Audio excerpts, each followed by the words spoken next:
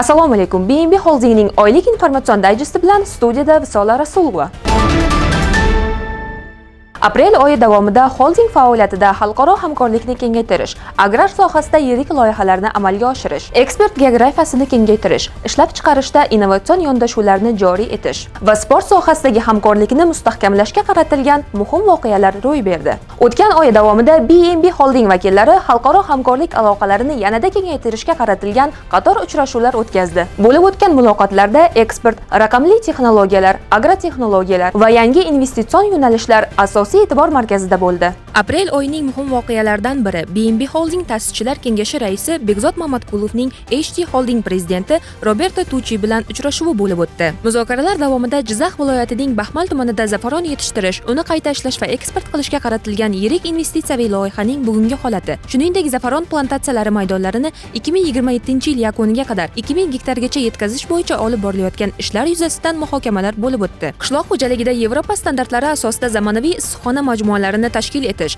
sanoat yo'nalishida Italiya texnologiyalarini jalb qilish hamda BNB zafaron mahsulotlarini xalqaro bozorlardagi o'rnini yanada mustahkamlash ham muloqotning diqqat markazida bo'ldi. Shu bilan birga aprel oyida Xitoyning Inmotech kompaniyasi bilan ham rasmiy uchrashuv bo'lib o'tdi. Muzokaralarda zamonaviy raqamli platformalar, ma'lumotlar bazasini boshqarish tizimlari va IT yechimlarini O'zbekiston bozoriga tatbiq etish istiqbollari muhokama qilindi. Koreya Respublikasining Safe Inc kompaniyasi bilan o'tkazilgan uchrashuvda esa qishloq xo'jaligida mahsulotlarni oshirish, hosildorlikni ko'paytirish, zamonaviy agrotexnologiyalar, o'g'itlardan samarali foydalanish va ekinlarni zararkunandalardan himoya qilish masalalari ko'rib chiqildi. Yevropa yo'nalishida esa Latviyaning Euroimpex kompaniyasi bilan hamkorlikni yo'lga qo'yish masalalari muhokama qilindi. Uchrashuvda zafaron va zafaronli mahsulotlar, sublimatsiya usulida quritilgan mahsulotlar hamda tomat mahsulotlarini Yevropa bozorlariga yetkazib berish istiqbollari ko'rib chiqildi. Mazkur uchrashuvlar holdingning xalqaro sheriklik tarmog'ini kengaytirish, eksport yo'nalishlarini mustahkamlash va Made in Uzbekistan mahsulotlarini tashqi bozordagi ishtirokini kuchaytirishga xizmat qilmoqda.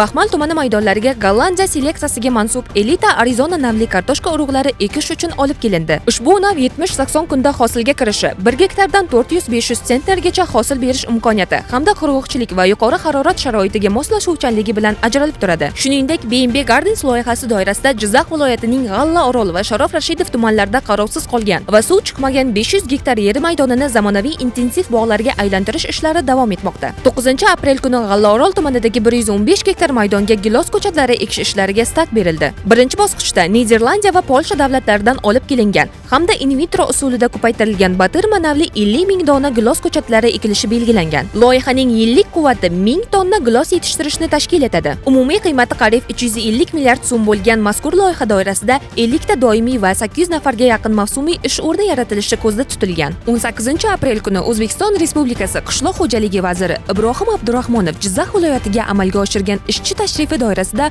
G'allaorol tumanida joylashgan BNB Gardens korxonasi faoliyatini ko'zdan kechirdi. Tashrif davomida vazir mazkur loyihaning qishloq xo'jaligida zamonaviy agrotexnologiyalarni joriy etish borasida muhim tajriba maydoni ekanini ta'kidladi. Qayd etilishicha, ilgari foydalanmagan lalmi yerlar kelgusida zamonaviy agroklasterlarga aylantiriladi. Holding aprel oyida ham qishloq xo'jaligi mahsulotlarini tashqi bozorlarga yetkazib berish yo'nalishidagi ishlarni jadal suratlar bilan davom ettirdi. Xususan, o'tgan oy davomida holding tarkibiga kiruvchi BNB Impex korxonasi tomonidan karam mahsulotining navbatdagi partiyasi Yevropa mamlakatlariga eksport qilindi. O'tgan oyda ham holding faoliyati mahalliy va xorijiy ommaviy axborot vositalari e'tibori markazida bo'ldi. Jumladan, Buyuk Britaniyaning nufuzli Financial Times ijodiy jamoasi holdingda amalga oshirilayotgan yashil energetika loyihalari va sohadagi islohotlar yuzasidan holding ta'sischilar kengashi raisi Bekzod Mamatqulov bilan suhbat o'tkazildi. Nashr diqqat markazida O'zbekistonda qayta tiklanuvchi energiya manbalarini rivojlantirish, hududlarda bu borada olib borilayotgan amaliy ishlar hamda yashil texnologiyalarning tadbirkorlar uchun yaratayotgan yangi imkoniyatlari bo'ldi.